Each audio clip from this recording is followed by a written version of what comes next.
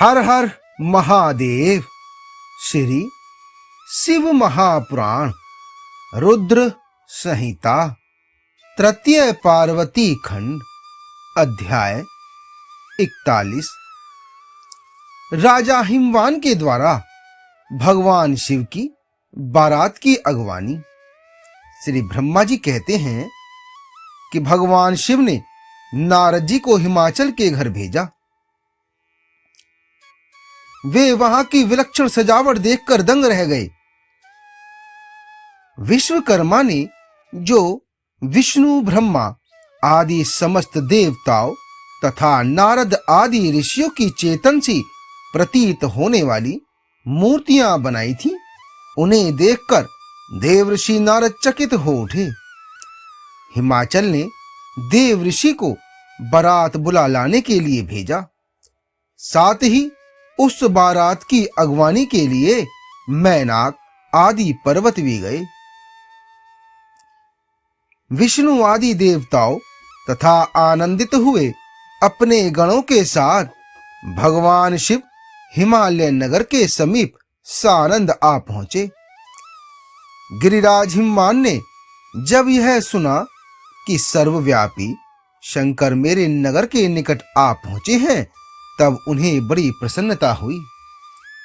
उन्होंने बहुत सा सामान एकत्र करके पर्वतों और ब्राह्मणों को महादेव जी के साथ वार्तालाप करने के लिए भेजा। स्वयं भी बड़ी भक्ति के साथ वे प्राण प्यारे महेश्वर का दर्शन करने के लिए गए। उस समय उनका हृदय अधिक प्रेम के कारण द्रवित हो रहा था और वे प्रसन्नता पूर्वक अपने सौभाग्य की सराहना करते थे। उस समय समस्त देवताओं की सेना को उपस्थित देख हिमवान को बड़ा विस्मय हुआ और वे अपने को धन्य मानते हुए उनके सामने गए। देवता और पर्वत एक दूसरे से मिलकर बहुत प्रसन्न हुए और अपने आप को कृत्य मानने लगे। महादेव जी को सामने देखकर हिमालय ने उन्हें प्रणाम किया। साथ ही समस्त पर्वतों और ब्राह्मणों ने भी सदाशिव की वंदना की। वे वृषभ भर आरूढ़ थे, उनके मुख पर प्रसन्नता छा रही थी। वे नाना प्रकार के आभूषणों से विभूषित थे और अपने दिव्य अंगों के लावण्य से संपूर्ण दिशाओं को प्रकाशित कर रहे थे। उनका श्रीअंग अत्यंत महीन, नूतन और सुंदर रेशमी वस्त्र से सुशोभित था। उनके मस्तक का मुकुट उत्तम रत्नों से जड़ित होने के कारण बड़ी शोभा पा रहा था। वे अपनी पावन प्रभा का प्रसार करते हुए हंस रहे थे। उनका प्रत्येक अंग भूषण बने हुए सर्पों से युक्त था। उनकी अंग कांति बड़ी अद्भुत दिखाई देती थी।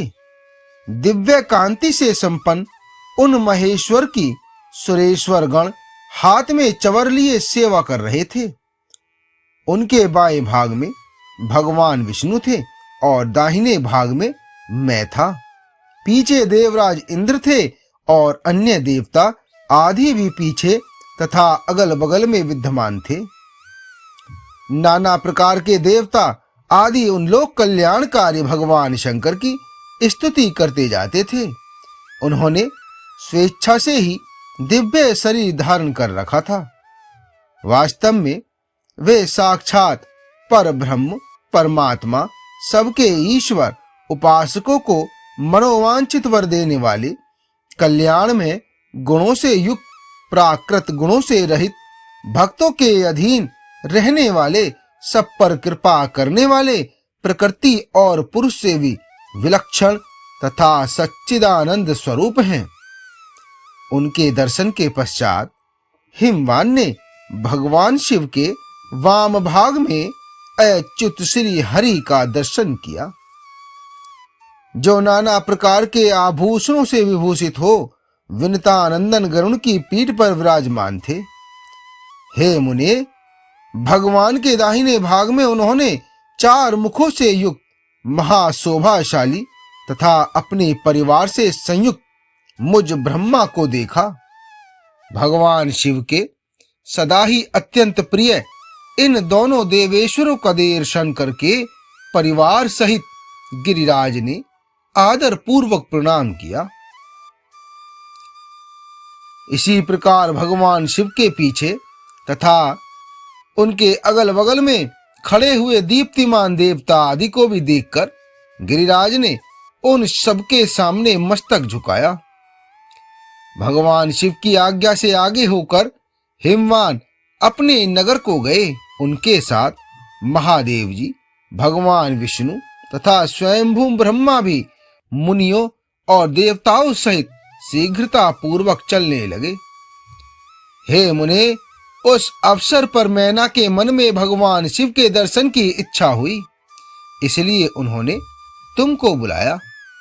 उस समय भगवान शिव से प्रेरित होकर उनका हार्दिक अभिप्राय पूर्ण करने की इच्छा से तुम वहां गए। आगे का अध्याय 42 में। हर हर महादेव।